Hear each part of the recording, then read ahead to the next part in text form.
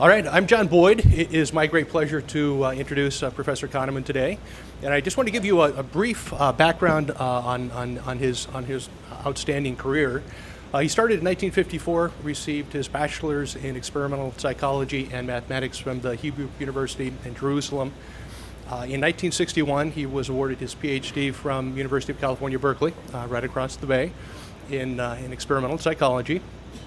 In 1979, he and his co-author Amos Tversky published their seminal paper on prospect theory, which started to change the way that people reframed the argument around gains, losses, and decision-making under uncertainty. Several years later, in 2002, Professor Kahneman was awarded the Nobel Prize largely for the work on prospect theory. And Nobel Prizes, I think, are always impressive. His perhaps more so because there actually isn't a Nobel Prize in psychology. He had to win his Nobel Prize in economics.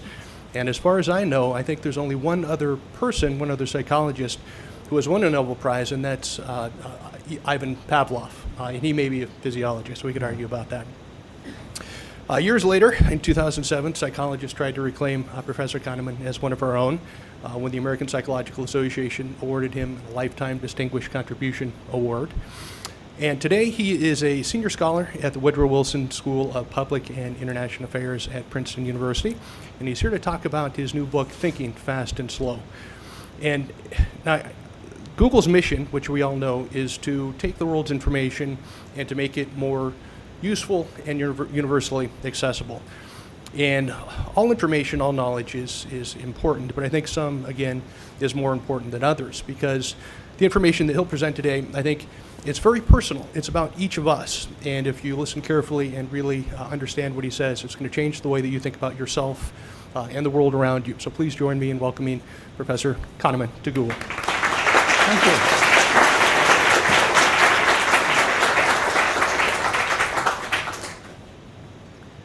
Well, I think intuition has been discussed a lot in recent years, and I'll be talking about intuition.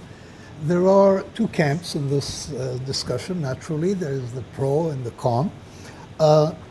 And of course, many people here will have read Malcolm Gladwell's Blink, which, although it's not an unconditional defense of intuition, certainly gave people the impression that sometimes we magically know things without knowing why we know them. Within the discipline of psychology and judgment and decision making, there is a group, and it's headed by a very interesting figure called Gary Klein, who wrote a book that I recommend. It's Sources of Power is the one of his books that I would recommend the most warmly. And they are great believers in expert intuition. On the other side, there are skeptics about intuition in general, and including expert intuition. And I have long been counted as one of the skeptics because my early work with Amos Tversky was about intuitive errors and flaws and biases of intuitive thinking. Today, you find that discussion in many places, and for example, in medicine, among the popular writers, two writers, both of whom write for the New Yorker, Jerome Groopman and Atul Gawande, and they clearly differ. Atul Gawande is in favor of formal systems, very skeptical about human judgment and wanting to improve it all the time. And Jerome Groopman, being, in fact, although he doesn't quite admit it, he really likes good old-fashioned medical intuition. Of course, he would like the physicians well-educated, but he doesn't like formal system. And the issue in medicine is the issue of what is the role of evidence-based medicine, and how do you allocate functions between that and intuition.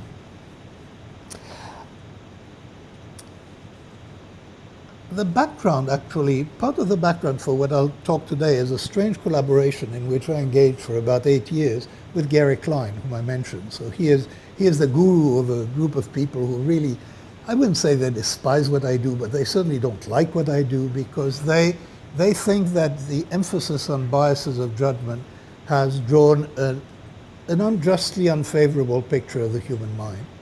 And by and large, I'm inclined to agree. So 7 or 8 years ago, I invited him, and we worked together for a number of years, trying to figure out what is the boundary? Where is intuition marvelous and where is it flawed, and can we tell? And I think we can tell. And we wrote a paper at the end of 6 or 7 years with a lot of vicissitudes that we went through, since we basically don't agree. We wrote a paper, the title of which was On a Failure to Disagree, because on the substance, I think we know and we both agree where you can trust intuition and where you cannot. Emotionally, we haven't changed. He still hates the idea of biases and doesn't think that errors of experts are very funny, and I think that errors of experts are quite funny. So that's a difference right there. There are two modes of thinking that all of us are familiar with. And there is one mode, one way for thoughts that come to mind, and this is this. I mean, you know about this lady, that she is angry just as quickly as you know that her hair is dark. And it's interesting to dwell a bit about this.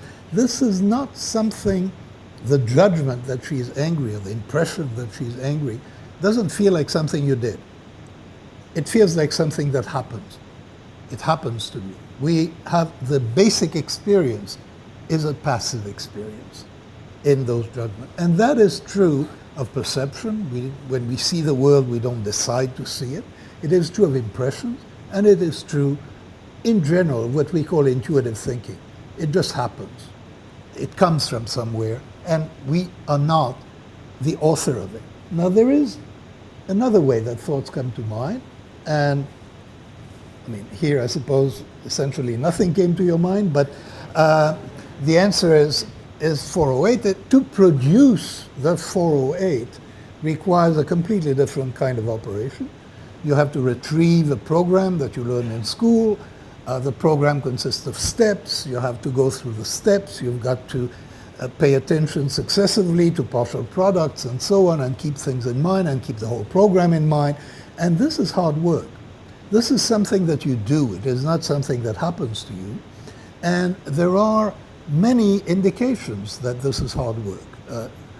One is that physiology indicates that this is hard work. The pupil dilates. This is something that I studied many, many years ago. The pupil really, on a program like that, if you're on a problem like that, if you're going to do it in your head, your pupil will dilate. The area will increase by about 50% as soon as you engage in that, and it will stay dilated as long as you're working, and it will sort of collapse back to normal size, either when you quit or when you find the answer.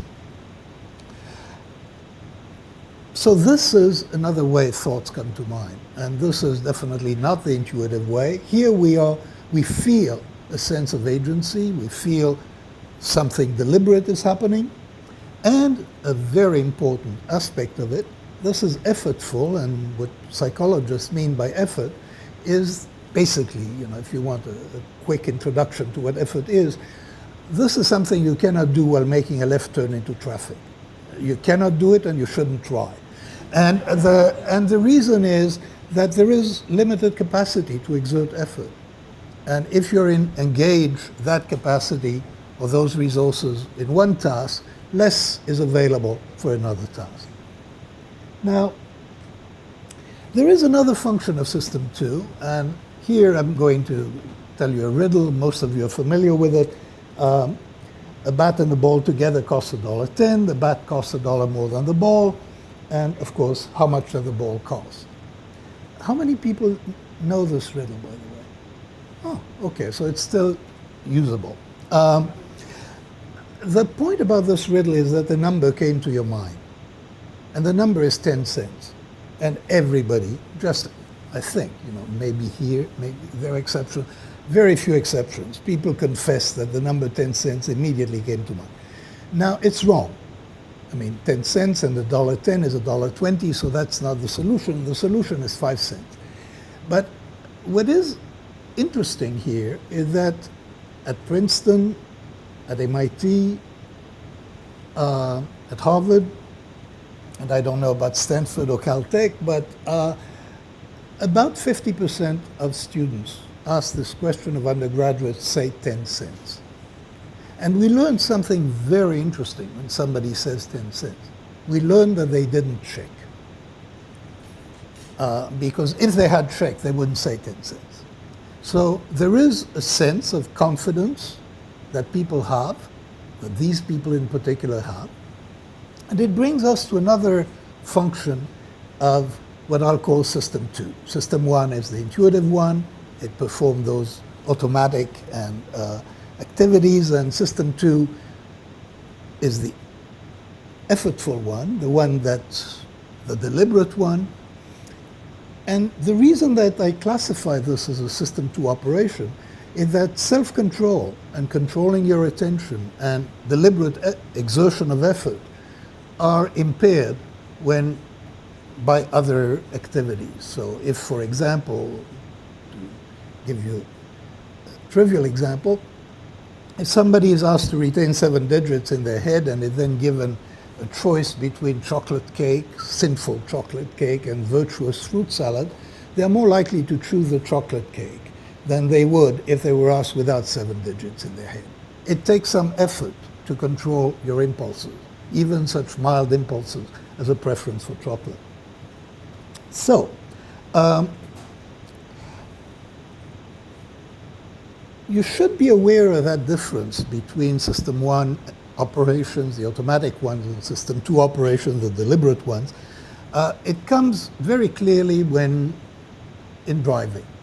So driving is a skill, and any skilled activity, a measure of skill, is that things begin to happen automatically. So you can drive and conduct a conversation. You cannot make a left turn into traffic, but by and large, we can drive and talk. So driving is largely automatic. Braking, when there is any sign of danger, braking is completely automatic. That is, you can notice why you're braking, but you first respond, so that the response is immediate, it is fully automatic. Now, in some places, not here, where people drive in snow or ice, they learn about skids. And then occasionally, you'll find yourself as a driver in a skid, and then System 2 will be mobilized, because in a skid, you're not supposed to do anything that comes naturally to you. You shouldn't brake, and you shouldn't steer away from the skid. You should leave the brakes alone and steer into the skid. Completely non-intuitive. Now, when people have a lot of practice with skids, that too becomes automatic. So one thing that we can tell about System 1 and System 2, those two types of operations, is some of the basic innate operations, functions that we have, such as perceiving things, having emotional reactions to things. All this is System 1. We don't choose to do it, it just happens to us. But also, System 1 is where skill is. That is, when we get to be skilled at something, it becomes automatic and it demands fewer resources, and we get to be very good at it. Now, the issue of intuition, and here I'm not sure that, but I suspect that Malcolm Gladwell really did us a disservice by giving that sense that there is a magic to intuition. There really is no magic at all, and we should understand how it works. Intuition, and Herbert Simon, who was a psychologist and an economist and a political scientist and a Nobel laureate, Herbert Simon gave a very good definition of what intuition is. It is simply recognition. There is really no difference between the physician recognizing a disease, a particular disease from a facial expression or something, and a little child learning, pointing to something and saying doggy. The little child has no idea what the clues are, but he just knows this is a dog without knowing why he knows. And once you think about it this way, this really demystifies intuition to a very considerable extent. And it also leads you to a sort of a solution to the problem that Gary Klein and I were trying to solve. When can you trust intuition and when can't you? And then it becomes an issue of, is the world regular enough so that you can learn to recognize things? Or And then did that particular individual have an opportunity to learn the regularities of the world? And so the world of chess players is highly regular. And statistically, even the world of poker players is regular. So there can be an element of chance, but there are rules. And the mind is so set that if there are rules in the environment and we're exposed to them for a long time, and we get immediate feedback on what is right and wrong, or fairly immediate feedback, we will acquire those rules. So all of us have expert intuitions, even if we're not physicians and we're not chess players, master chess players. I recognize my wife's mood from one word on the telephone, and most of you can do that with people that you know very well. All of us recognize a dangerous driver on the next lane, and we get cues, and we don't necessarily know what is the cue, but that this person is driving erratically and could do something dangerous. And this is a lot of reinforced practice, and we're very good at that. We can learn about those. There are differences among experts, among professionals, in the level of expertise that they have. And they depend in the level of intuitive expertise that they can develop. And so, for example, compare anesthesiologists to radiologists. Anesthesiologists get very good feedback and immediate feedback whenever they do anything wrong. They have all those measurements that are in real time, and they get the feedback. Radiologists get really miserable feedback about whether they're right or wrong. So you could expect anesthesiologists to develop intuition much more than you would expect radiologists to develop intuition. And so that is part of the answer about intuitive expertise. We don't need to disagree about that, because we know pretty much when intuitive expertise is likely to develop. And as I said, that means that intuitive expertise is not going to develop in a chaotic universe or in a chaotic world. So for example, I personally do not believe in that stock pickers, people who pick stocks to invest in, can develop intuition, because simply the market takes care of it. There isn't enough regularity in what's going to happen to prices for intuitions to develop. We also know about political forecasters. When they forecast long term, they are really no better than a dart-throwing monkey, and they're certainly not better than the average reader of the New York Times. In intuitions, and the reason it's not the pundits' fault, and that research has been done with pundits and with CIA analysts and with regional experts, it is really not their fault that they can't predict the long-range future, 10 or 15 years. They're quite good at short-term predictions. They're really not very good at all in long-term predictions. It's not their fault. It's the fault of the world. The world is probably not predictable. And if the world is not predictable, you're not going to predict it. When there are marginal situations where there is some predictability but poor, formulas do better than individuals. That is the domain where formulas beat individuals regularly, is a domain of fairly low predictability. Because when there are weak cues, people are not very good at picking them up and are not good at using them consistently. But formulas can be generated on the basis of experience, and they will do a better job than individual judgment. Okay, now I've introduced you to System 1 and System 2, and I've told you something about skill and about skill in System 1. Now I'd like to point out something, that we sometimes have intuitions, and that applies to political forecasters and to stock pickers and to all of us. We quite frequently have intuitions that are false. And they come to mind, and they are subjectively undistinguishable from expert intuitions. So I'm now talking of people who have intuitions that are not based on expertise. And they come, they're system one, in the sense that they are effortless and automatic. And where do they come from? And that is what I'm going to try to shed some light on in the rest of the talk. So I want to introduce you to system one.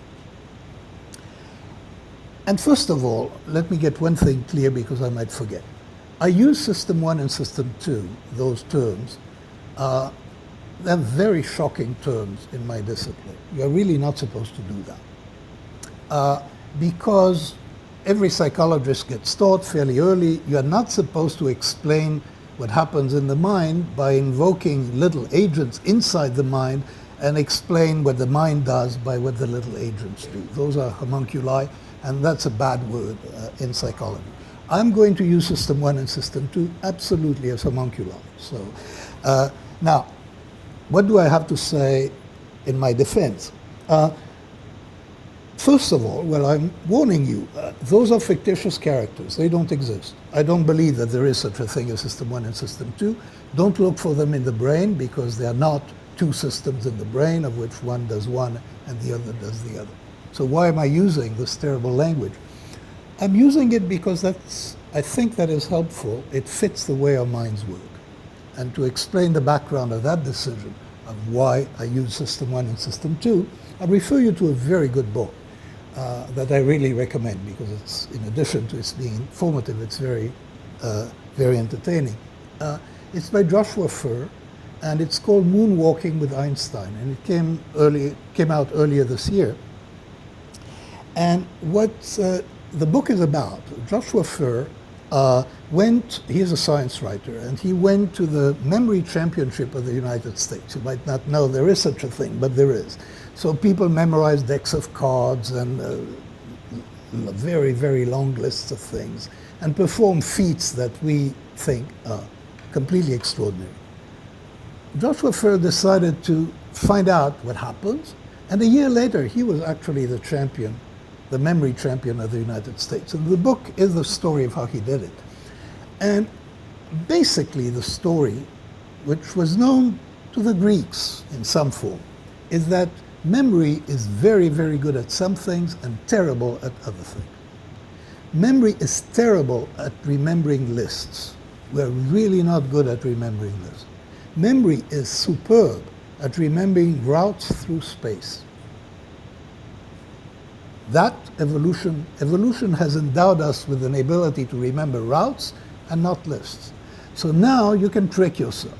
If you have a list and you want to remember the list, then you create a mental route and you distribute the items on your list along the route, and then when you want to remember the deck of cards or whatever it is, then you go through your route and you pick out the items one after the other, because that you can do. It turns out that something very similar happens in another context.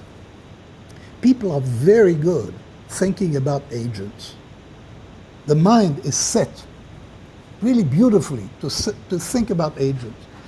Agents have traits, agents have behaviors. We understand agents. We form global impressions of their personalities. We are really not very good at remembering sentences where the subject of the sentence is an abstract notion. But an agent is very, very good. So just remember, whenever I say system one does X, what I mean is that X is a mental activity that can be performed automatically and without effort. You'll remember a lot more about system one if you think of it as doing things than if you think of those mental activities. It helps me think, and I think it helps other people understand. Okay, so let me introduce you to system one. I'll begin with a study, just an extreme case of this. Study was done at the university in the UK, and like in many, the Department of Biology actually, and like many places in the UK, they have a small room, which is a tea room or coffee room, where people can make themselves tea or coffee and get some biscuits, and there is an honesty box, and they pay into the honesty box.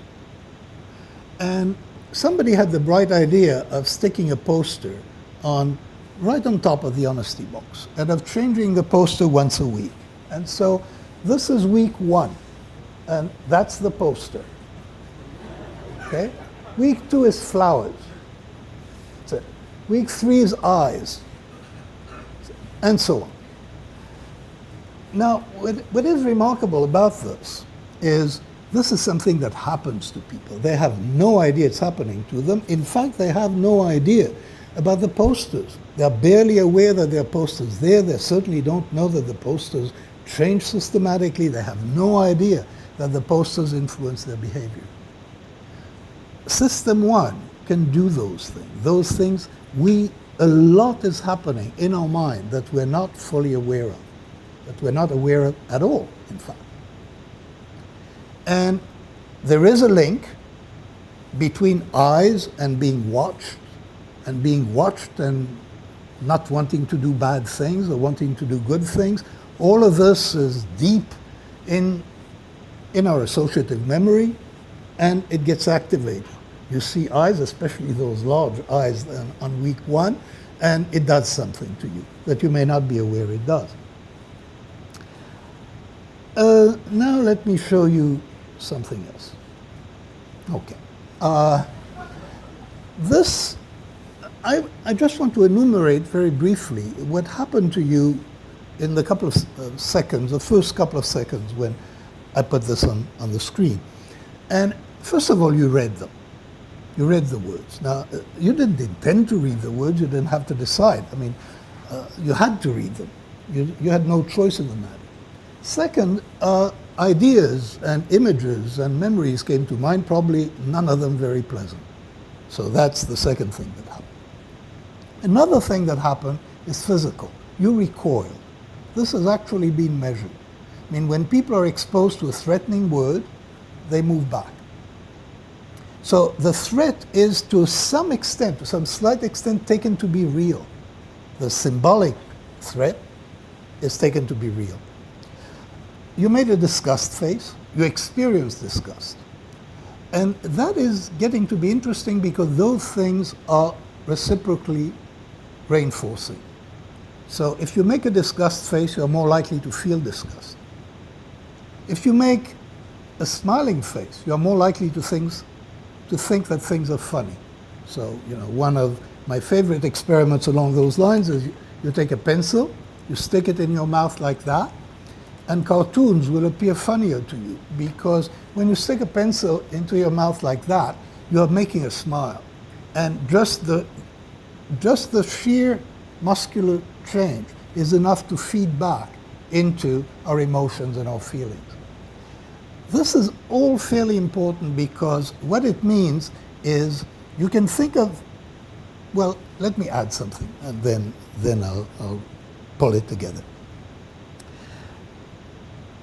I think of System 1 very largely in terms of what happens in associative memory. And to think of associative memory, you can think of a gigantic network of ideas, and the ideas are linked to each other in various ways, associatively. Some of them are causes of other things or categories or instances of. There are many different links, but you have that huge representation of ideas that we have in our mind. And at any one time, a stimulus occurs, it activates a subset of those nodes in that representation in memory, and then activation spreads through the associative network. Not a lot, but it spreads some. So for example, you're now, and we can know that it spreads because we become sensitized to other ideas that have been activated in this fashion. So for example, right now, if somebody whispered words in your ears, you would be much more likely to detect and recognize words like sickness and smell and stink and nausea and hangover, and a lot of associations have been activated. You're not aware of any of them. You're not aware of anything. Those are not conscious activations. But they are activations nonetheless, and because those ideas are partially activated, a weak stimulus is going to be sufficient to bring them over threshold. This, again, is a very important function of System 1 or associative memory. We are prepared, basically, by this spreading activation prepares things for what might come next. You will be able to recognize and respond to things more easily than before. Then something else happens. And this is, there are two words here, banana vomit. And you made a story. I mean, what happens, and there's really no need to do that, but in effect, this was sufficient to create a causal link so that somehow the bananas caused the vomit. You didn't make a conscious decision for that to happen, but we know that's the kind of thing that happens. As soon as a stimulus is presented, we look back for causes. The associative machinery looks back and latches on possible causes. Here, it's very simple to find a cause, and this has an effect. So temporarily, you don't like bananas because an association has been created, and that happens because of the causal surge. So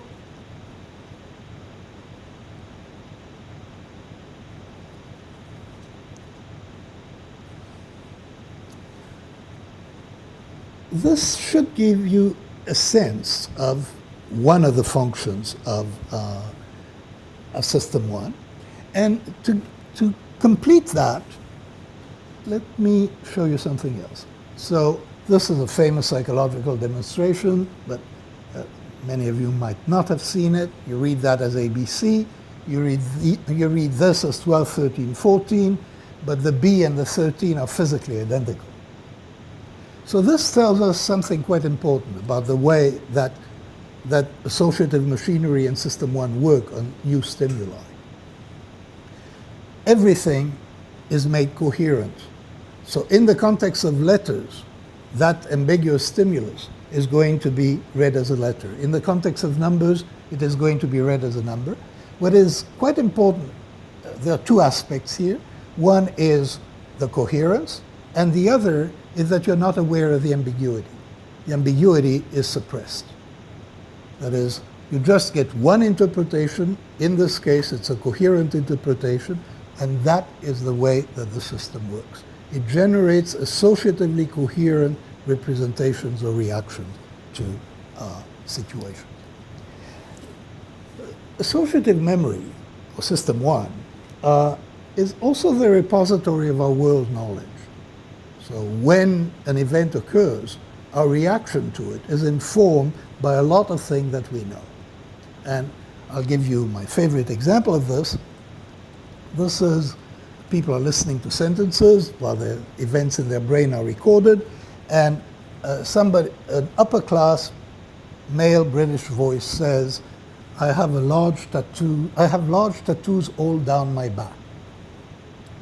And approximately 3/10 of a second later, the brain responds with a characteristic signature of surprise. This is astonishing if you stop to think about it. I mean, there was that voice. You have to classify it as an upper class British voice. Now, upper class British men don't have tattoos down their back. Something is odd, and you get a surprise reaction. You get a mobilization of System 2, because System 2 is the one that pays attention. Surprise calls attention to the event. A male voice saying, I believe I'm pregnant. Of course, same thing. So this system holds our world knowledge and uses our world knowledge to classify situations as normal or abnormal. And it does this at top speed. And it updates very quickly. Well, I'll tell you a story about updating. It updates what it considers normal. Now, this is an anecdote. You're free not to believe me. I believe it because it's a personal experience. We were some years ago on vacation in Australia in a resort that has all of 40 little villas. And in the evening, we go to have dinner, first evening, and we meet a psychologist from Stanford. surprise, coincidence, and we're very delighted to meet each other. Now, 2 weeks later, we're in a theater in London, and it goes dark, and we watch, and then the lights come back on, and next to me, same guy. Now, the important point is that I was less surprised the second time than the first. Because, oh, John, he's the guy I meet everywhere. I mean, it takes very little time to create what we call a norm. So one event, the second event links back to the first. If I had met anybody else, that is what's impressed me. If I had met anybody else, I would have been more surprised. That's odd. If you think about it statistically, it is crazy. But in fact, it was very clear that, and I wouldn't say that I consciously expect to see John wherever I go, but I, if I'm going to meet someone, I'd be prepared to meet John.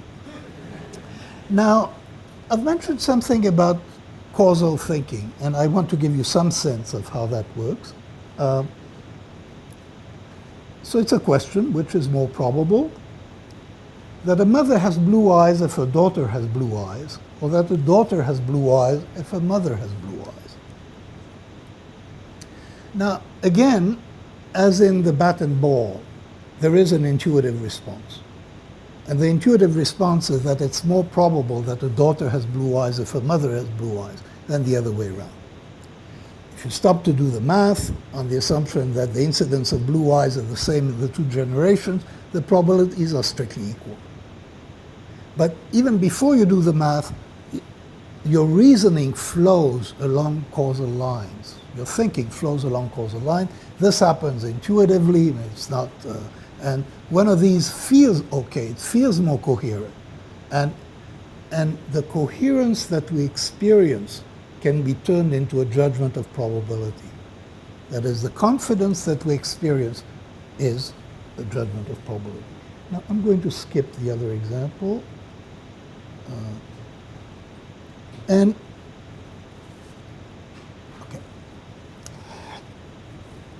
I said earlier that people have intuitions that are not necessarily true, and that people are confident in judgments that are not necessarily true.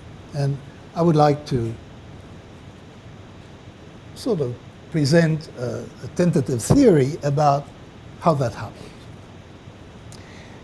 And the general idea is very straightforward. When we're asked a question that we cannot answer, typically, System 1 is going to come up with the answer to a related question that is easier. And it's going to use that answer to the wrong question, to the question that hasn't been asked, in place of the question that was asked. We call that a mechanism of substitution. It's substituting an easier question for a hard one. It happens automatically. People are not aware that it happens.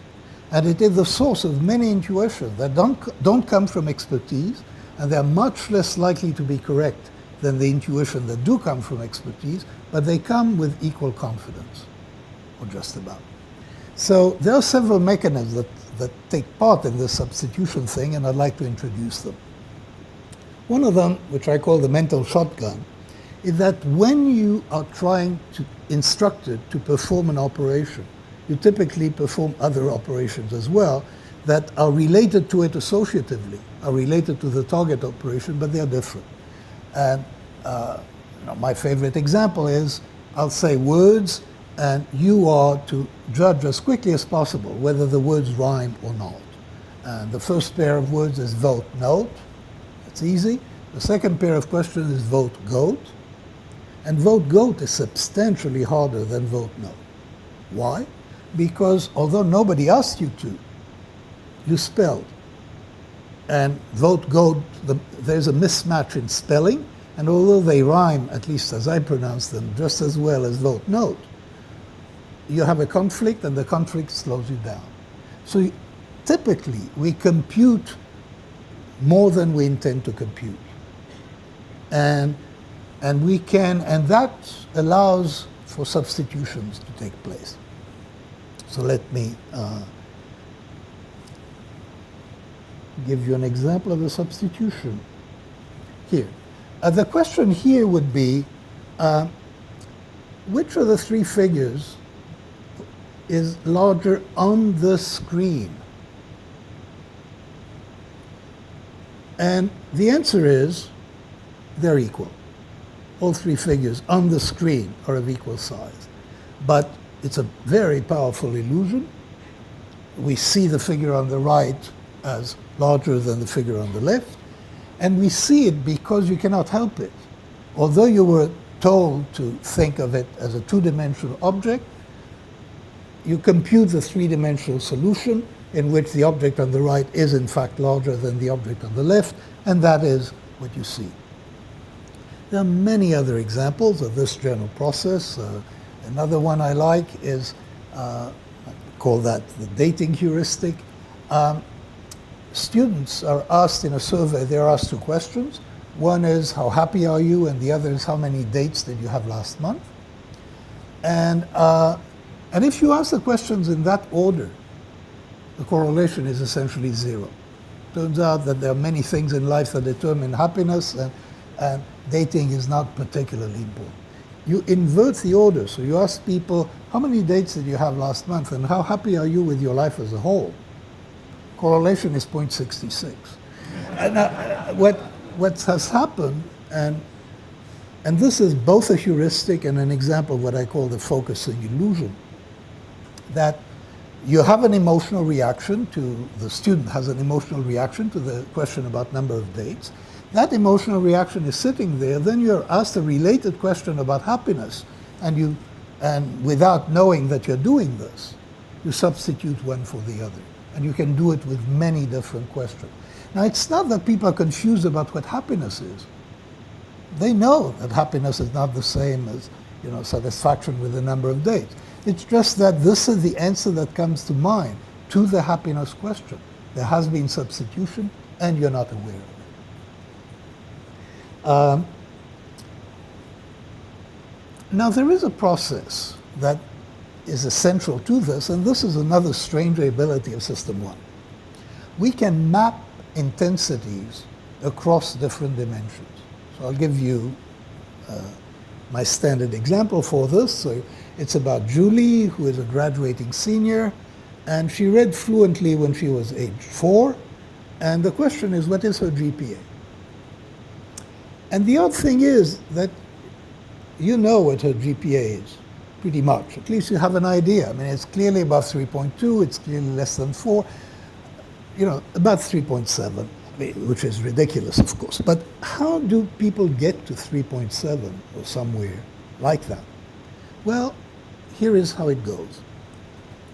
She read fluently at age 4. That gives us an impression of precocity. How precocious was she as a reader? And that, people could express that in percentiles. What is the likelihood that you'll meet a child that reads faster than that? Then, when you're asked the question, what is her GPA? Without your knowing you're doing it, you're matching the percentiles.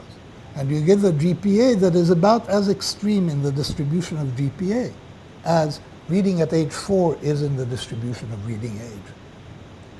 Completely unaware, statistically completely absurd. You should be much more aggressive. This is not the correct answer. But this is a compelling subjective answer. This is one of the mechanisms that lead to intuitive errors. This mechanism of substitution. And I'll give you one more example. International travelers, this is an experiment, it's not. The experiment was run during a period when there were many terrorist incidents in Europe. So that's the background. How much would you pay for insurance that pays $100,000 in case of death for any reason? And how much would you pay for insurance that pays $100,000 in case of death in a terror incident? People pay much more for the second than for the first. And the reason that they do is that there is an immediate response, which is, how afraid am I? And I'm more afraid, most people are more afraid of the idea of dying in a terrorist incident, then they're afraid of dying. And that is the mapping that takes place. Again, that's the way it works. This is the associative machinery. And one beautiful thing about it, it doesn't get stumped. It produces an answer to questions that it doesn't know how to answer. But it produces them by answering easier questions. And a lot of our mental life is conducted in just this way. So let me complete the circle and talk a little bit about subjective confidence. Subjective confidence, which is closely related to the probability of being correct, is actually not a judgment at all. It is a feeling. It is a feeling that people have. And I think we know what the origin of that feeling is, and it is system one, if you will, assessing the fluency of its own processing, assessing the coherence of the story that it has created to deal with the current situation. And if the story is coherent, confidence is high. Now this is disastrous in some ways, because you can make a very coherent story out of very little information, and out of information that is in fact not reliable. The quality of the story depends very little on the quality and quantity of the information. So people can be very confident with very little reason. Confidence is therefore not a good diagnostic for when you can trust either yourself or somebody else. And if you are to evaluate whether you can trust somebody with a lot of confidence, that's not the way to do it. The way to do it is, as I was saying earlier, is to ask what environment have they been in, and have they had an opportunity to learn its regularities. Subjective confidence is not a good indicator. So that's, the story I could tell in about 45 minutes about the two systems.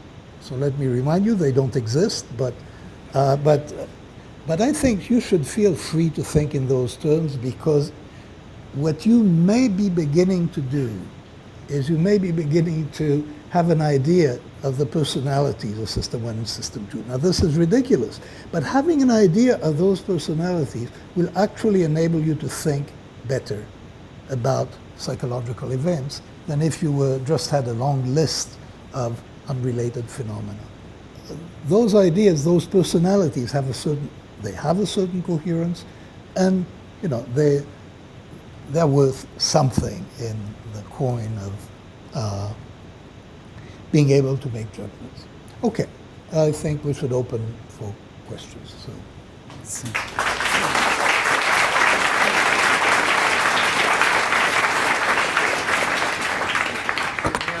We have the mic up there, and I also have handheld mics if somebody has one for questions. Oh, somebody's got to ask the first question.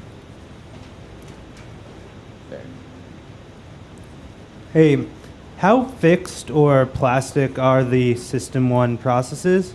And are there things like mindfulness or other emotional regulation that have any effect? As I have described it, System 1 can be updated in terms of content very readily. So, you can learn in one trial what is normal and what is not normal. What is very difficult to do is to get control over how it works, over the rules of its operation. And so I do not know of a lot of evidence that that System 1 can change unless you have acquired skills, which requires reinforced practice.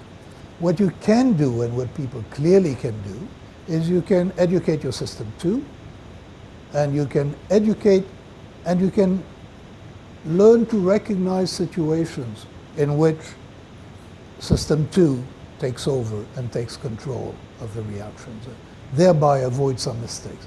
Can't be done too much, but if I don't sound optimistic about training System 1, it's because I'm not. Another question about training system one. You talked about reinforcement learning and the time constants and the immediacy in building expertise, but for many of the practices that we have around software development, the time constants are somewhat longer.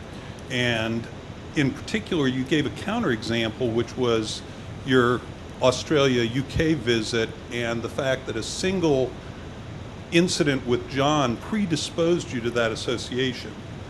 And so I wonder if has there been any testing to see what time constants really play a role here? No, I mean, in terms of updating and learning associations, this is something that we can learn quite quickly. And you can be taught to be afraid of something without anything else happening. So in that sense, system one, associative memory, can be updated. And you can now be developing software expertise. That is a somewhat different story, and it's more like learning how to be a chess master. And that takes a lot of experience, so that and a lot of reinforcement, and it had better be effective reinforcement. Now, in the software thing, the time is to some extent not a big problem, because ultimately you are going to see it all together, the error you made and the correct solution. So time is not a major factor. In learning, how to steer a tanker, that reinforcement is very slow, and it's a lot harder to learn to do that than it is to learn to steer a smaller ship. So this is a pretty broad question, so please take this whichever direction you like. But I was just wondering how these systems come into play and how you see it in media and advertising. And maybe I was thinking of how it's changed over time. Well, it's very clear that advertising is typically addressed to system one. I mean, it doesn't convey information for judgments, it moves your emotions, and it creates associations. That's what it is intended to do, and it's pretty effective. I mean, so a lot of politics is addressed to system one, a lot of political messaging. Are the influences of system one on activities and on, which are really important and we should be thinking about, is pretty frightening. One of my colleagues at Princeton, of my younger colleagues at Princeton, has done studies on the effect of facial characteristics on political preferences. And it's utterly amazing. You take 538 pairs of pictures of the two contestants for each congressional race, and you show those pairs of pictures to Princeton students for 1/10 of a second, and you ask which looks more competent. That predicts 70% of elections. So the impact of system one on the decisions we make, for example, how much to pay to an honesty box, that is something that we're really very rarely aware of, and it's much more than we think. So although you say the system one and system two don't show up as specific structures, have there been functional MRI, diffusion spectral imaging, diffusion tensor imaging studies that highlight whether system one is more primal brain initial activation and system two is more neocortex? Well, system one is extremely sophisticated, so it's not that is in part why I don't believe that there is any simple representation in the brain of those two systems, because what I've called system one operations, by their characteristics, include both innate responses and highly skilled responses. And the whole the representation of world knowledge is in system one. So it's hard to classify one as primitive. And I should add that system two, the reasoning system, as it were, is not necessarily rational. I mean, system two knows what it knows. It knows what we know. And we don't know a lot. So it's not that system two is infallible and that all the mistakes come from system one. We make very significant mistakes when we think very seriously. Yes. So you mentioned that experts, when making long-term forecasts, and they trust their intuition, they're often wrong. But there are still a lot of people who listen to them. So is it bad for the society in general that we listen to experts who may be just as wrong as we are? And should we be worried? Should we try to do something? I think there is a very good reason for the demand for experts. And I was referring to a particular book that you may want to read, or you may want to look for the New Yorker review of that book. It's a book by Phil Tetlock on political judgment, where he studied forecasts in the time range of 10, 15 years of political forecasts. And one of the interesting observations is, who are the people that we like to listen to as pundits? And they are people with very high confidence who think they understand the world. Now, they actually are worse than chance. I mean, they're worse than people who are more hesitant. But we want them, we need them. And so there is a real demand for overconfidence. And, so as you were going through all the slides of the various illusions, by the time you came to the three figures on the screen, I guess I was expecting that, okay, there's something. So even though the figure on the right looked bigger, I looked again and I was like, okay, they're the same. Now, was that system 1 or system 2? well, that is clearly system 2, and that is the way that we can learn to overcome illusions, both visual and cognitive. You still see it as one larger than the other, but you know that when you see a display like that, you shouldn't trust your eyes. And to a similar extent, you can recognize that you're in a situation where somebody is having too much effect on you because she's very eloquent, but the content may not be there, and so you force yourself to be skeptical. Right. So is there any research to that effect, that people who are aware, let's say, for example, that advertising is going to have an emotional effect on them? Is there any let's say if I'm aware that advertising is supposed to have an emotional effect on me, activate system 1, will I be better suited to sort of ignore those things? I mean, you certainly are going to ignore it better than if you didn't know it. But whether you're capable of ignoring it altogether, that I'm much more skeptical about. I mean, the real thing is not to expose yourself to it. Because once you're exposed to it, it's going to affect you. And, those effects are the cues in our world that we're not aware of, can be extremely powerful. There is a whole line of study. It's not exactly to your point, but I must tell you that story. There is a whole line of studies on what happens to people when they're exposed to the idea of money. And for example, they perform one task and there is a computer nearby, and on the computer there's a screensaver, and the screensaver are dollars floating in water, dollar bills floating in water. That makes you selfish. It makes you reluctant to ask for the help of others. It makes you put your chair further away from the chairs of other people when you have to set up an interview situation. It has effects on all sorts of behaviors that people are completely unaware of. And the links are symbolic, and you can be aware of that. How can you resist it? We are exposed to money, and it's going to have some effect. Now, if you're designing an organization, or if you're designing an environment for people, you can create an environment that will remind people of money all the time, or you can create an environment that will remind them of other things, and that will control their behavior to some extent. Although possibly not one of the big 5 in the personality trait categories yet, have you developed any empirical testing that ranks people on a scale of 1 to 2 and shows where they fall in terms of default behaviors? Well, there is a relevant scale on the activity of system 2. And the bat and ball question is actually a very, very good question. And there are several examples of this. My former colleague and postdoc Shane Frederick developed that test. It's called the cognitive reflection test. And the people who fail that item, that is, who say 10 cents, they are different in some interesting ways from the people who are better able to make it. And let me give you an example. You ask them, a standard Amazon question. So you've ordered a gift for yourself. How much will you pay extra to have it tomorrow rather than the second business day?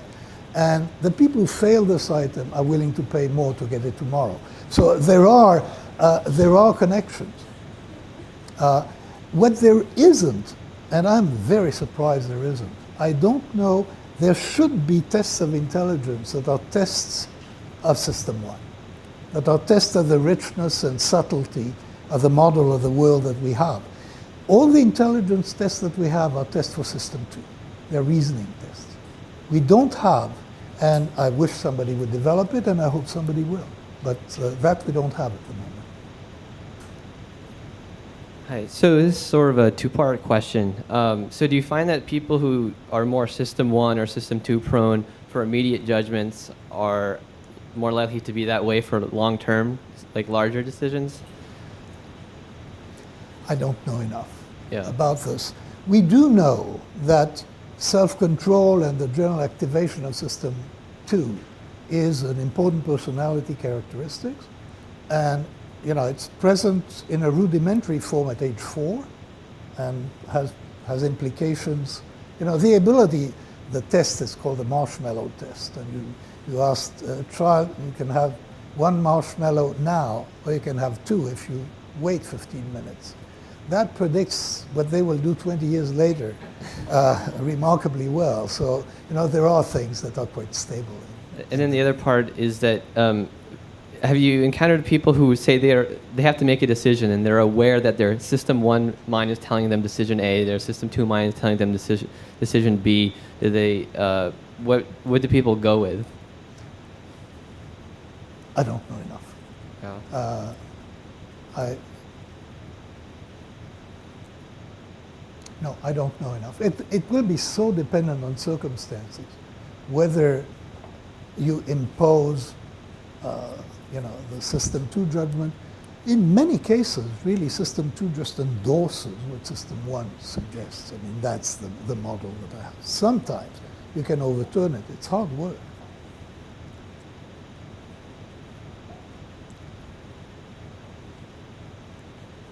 Thank you.